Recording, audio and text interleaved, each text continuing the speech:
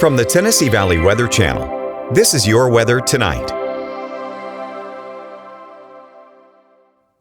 All right, we're going to put the brakes on the temperatures dropping here as we head through the rest of the overnight and the early morning hours. Clouds are thickening up and we're starting to get a southerly wind to intensify. Both of those things will keep temperatures from dropping too much more, staying generally between the mid 40s to the lower 50s as a range. Most of us in the upper 40s through the early morning hours, but we'll be near 70 as we head into our Tuesday afternoon. There is a wind advisory in place for everybody across the viewing area.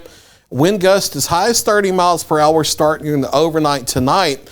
And then during tomorrow night into Wednesday morning, wind gust as high as 30 to 45 miles per hour, even away from any thunderstorms, just the background wind gust.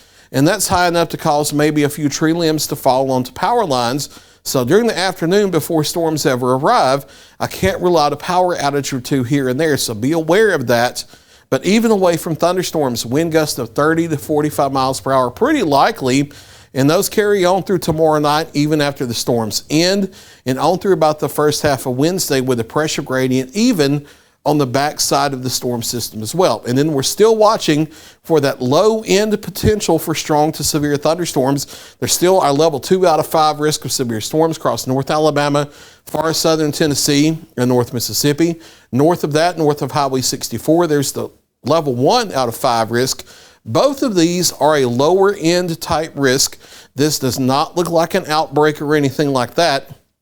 Chance of a tornado in the line, very low, but not completely zero. Can't completely rule out a stray spin-up tornado or two in the main line itself, but the primary threat is going to be damaging winds with the line. Now, these are not the background wind gusts during the day.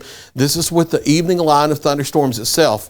The potential for 50 to 60 mile per hour gusts, and there could be some isolated areas that see higher than that. That's high enough to cause trees and power lines to come down and be damaged, and also high enough to cause some structural damage as well. So be aware of that. There will likely be severe thunderstorm warnings if that does indeed materialize as we think it might. Hail is not too much of a concern at all with this situation. There could be some isolated pea-sized hail that's not nearly large enough to cause even minor damage, so that's not a concern. Flooding, not really a concern either. Yes, there will be some brief heavy rain when the line comes across, but it will be moving quickly. That could cause some localized street flooding in poor drainage areas, but not expecting too much more of a flooding risk than that. And that's the low end itself. Clouds thickening up tonight, pretty much staying between the mid 40s to the lower 50s, but the winds are cranking up.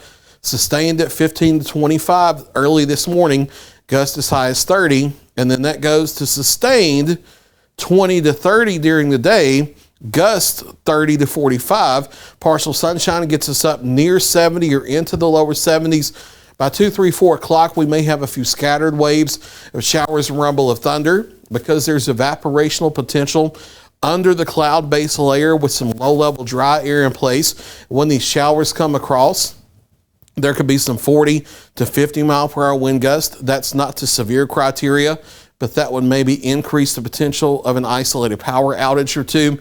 It's the main line, 5, 6 o'clock on into the evening, that will have the higher threat of damaging straight line winds of 50, 60 miles per hour or greater than that as it moves across the area. By 7 p.m., I think it's coming through Hohenwald, Columbia, down to Lawrenceburg, down to the Shoals, down to Russellville.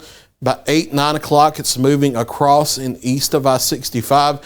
And by 10 o'clock, I think it's out of here, but we have to leave a little wiggle room just in case. So the overall time frame is between 5 p.m. and 11 p.m. that we'll be watching, and then turning cooler behind the system. Wednesday is a day where the temperatures reach their high point during the morning, and then they drop in the afternoon. We don't get out of the low to mid 50s on Thursday.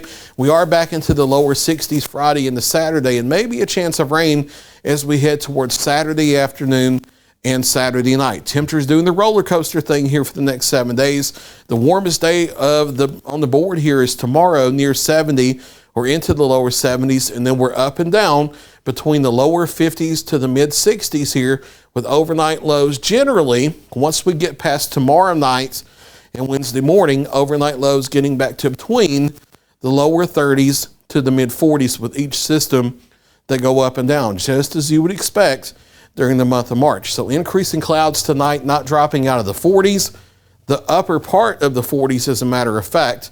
Warm, partly sunny, and windy for you Tuesday. Again, we're not waiting on the storms to get here in the evening to have windy conditions off and on all day tomorrow, hours and hours before the storms get here. Background non-thunderstorm wind gusts of 30, 40, 45 miles per hour. Sustained winds of 20 to 30. Once we get to 2 to 4 o'clock, a few waves of showers, maybe a rumble of thunder. Those are not expected to be severe. It's between 5 p.m. and 11 p.m. tomorrow evening when that line of thunderstorms comes across, and that's where we have the potential for strong to severe thunderstorms between 5 p.m. and 11 p.m. Maybe a lingering shower Wednesday, temperatures falling through the day. Quiet Thursday and Friday. The next chance of rain on the board Saturday afternoon into Saturday night.